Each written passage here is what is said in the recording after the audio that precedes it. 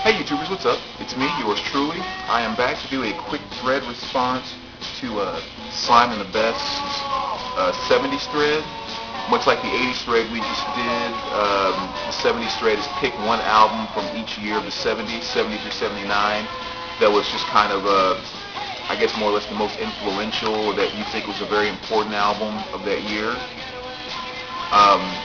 Kind of an interesting exercise to go through. It made me think about something that kind of turned into something bigger that I thought would be a cool thread question. So I'm going to throw a one question thread at the end of this video, so make sure you check that out.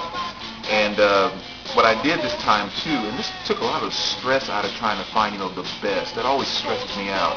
So what I did was I just kind of jotted down a number of the albums from each year, and then I circled the one that I thought I would establish as the best. And I'm just going to read off the other ones that didn't make the cut as kind of like nominees for the year. So that way I can mention all the albums that came up and not feel bad because I had to leave them out. I'm sure you guys get that way too when you feel like, oh, I can't believe I had to leave out this, and this. But anyway, so, playing in the background, Psychedelic Lollipops, Blue Magoos. Very, very good psych album. Well, let me kind of jump into it. Start off with 1970. The nominees were Stooges Funhouse, The Velvet Underground Loaded, and Van Morrison's Moondance, as well as Jimi Hendrix Band of Gypsies, George Harrison's All Things Must Pass, but I gave the winning nod to Black Sabbath. And forgive me if some of my years are off as I go through this. I mean, I know, like, technically I believe Sabbath came out, was it like November or something, 1969, but that's what I'm picking for my 70's album. But anyway, Black Sabbath, of course, they are, and this album is the godfather of everything that is metal, without question. They don't declare themselves as being metal at this stage, but at the same time, I think this was the first metal album ever. But absolutely great album, and it's hard to deny that one. I'll never forget, and I think I might have told the story in the video before. When I was with my ex, we were in the kitchen doing something. That album was playing in the background, and the song Black Sabbath was playing, and the part where Ozzy screams "Oh no" came on, and I'll never forget, she just like turned right at me and looked me in the eye and said, "What was that?" And I'm just like, "That's Black Sabbath." That's what it is. So that song gives me the creeps to this day. But moving right along, 1971, nominees: Janis Joplin, Pearl, Led Zeppelin 4, Who's Next, but I gave the nod to Carolyn King's Tapestry. In my opinion, darn near a perfect album. Such a mixture of pop, rock, flower-powered, hippie, soul. I mean, just really everything was put into this album. And anytime you have people from the Queen of Soul like Aretha Franklin covering your songs, all the way to James Taylor, not saying that James Taylor is less, but I'm saying he's not exactly soul. He's definitely a distance from that. But I mean, that just shows all the stuff that was dwelling inside of her songs on this album. And I mean, really from front to back, dang near a perfect song. Great lyrics, everything. So a great representation of the early 70's there. 1972, couldn't think of a lot of albums there, but two that came right to mind were the Eagles, and the second record that I feel is responsible for all things that became metal, Deep Purple, Machine Head. I mean, definitely probably one of the best guitar riff rock records ever. I mean, you're talking about Smoke on the Water, Highway Star, and just on and on. Very, very powerful record. 1973, Elton John, Yellow Brick Road, Queen, Aerosmith, Granicus. A lot of good debut albums that year. Alice Cooper, $1 Billion Babies, Herbie Hancock, Headhunters, Led Zeppelin, Houses of the Holy. Really good list, but I gave the nod to Marvin Gaye's Let's Get It On. Because of course it's Let's Get It On, one of the best soulful recordings ever. Even like what's his name said on High Fidelity, arguably one of the best recordings ever. I mean, Marvin already had one, just incredible voice, and then when he went back and did those back vocals, himself, I mean, that was just a very, very nice record. So moving right along, 1974. Three that I thought of: Queen, Sure Heart Attack; David Bowie, Diamond Dogs. But I gave the nod to BT Express, Do It Till You Satisfied. And the reason I chose this one was mainly because of the song Do It Till You Satisfied. So I remember hearing this as a kid, a number of years after it came out, because I was only like 1 year old when when this came out. But I remember hearing it once, and it was one of those beats and grooves that just stuck with me for literally decades before I found out who sang it again. But I think anytime you can hear a song once and hum it for years and years, I even put the wrong words to it for the longest time, that's a powerful influence right there. It's kind of the exact same thing that happened when I first heard, or the one time I heard Sample and Hold by Neil Young. I heard that as a kid when I was 6 or 7 years old, and I had been singing it and humming that tune for, again, decades before I actually found out who sang it. And even hearing it again, period, for that matter. So that's why I chose BT Express. 1975, we have the nominees are Parliament, Mothership Connection, David Bowie, Young Americans; Pink Floyd, Wish You Were Here; Led Zeppelin, Physical Graffiti; and the nod goes to Bruce Springsteen, Born to Run. Don't have to say anything about that. I think Born to Run is one of the most powerful, emotional vocals ever recorded. And after all these years, has not lost any of its steam. Okay, 1976. This was a really good year. Some great nominees here. 1976, we got Marvin Gaye, I Want You; Stevie Wonder, Songs in the Key of Life; Boston, Boston; The Eagles, Hotel California; AC/DC, Dirty Deeds; Done Dirt Cheap; Kiss Destroyer; The Runaways, Black Sabbath, We Sold Our Souls; Judas Priest, Sad Wings of Destiny. Really good album. But the winner went to Thin Lizzy, Jailbreak. In my opinion, the perfect American rock record. I mean, down from just the makeup of the group to their delivery, the production, the lyrics, the storytelling that they do in the songs. I mean, it's just great, straightforward rock and roll. The kind of band that you want to go sit in a bar, in a booth, in a bar, and just sit back and listen to them play all night long. I mean, it's just one of those just kind of dirty, gritty club type bands. And this album represents everything that was great about Thin Lizzy. So, 1977.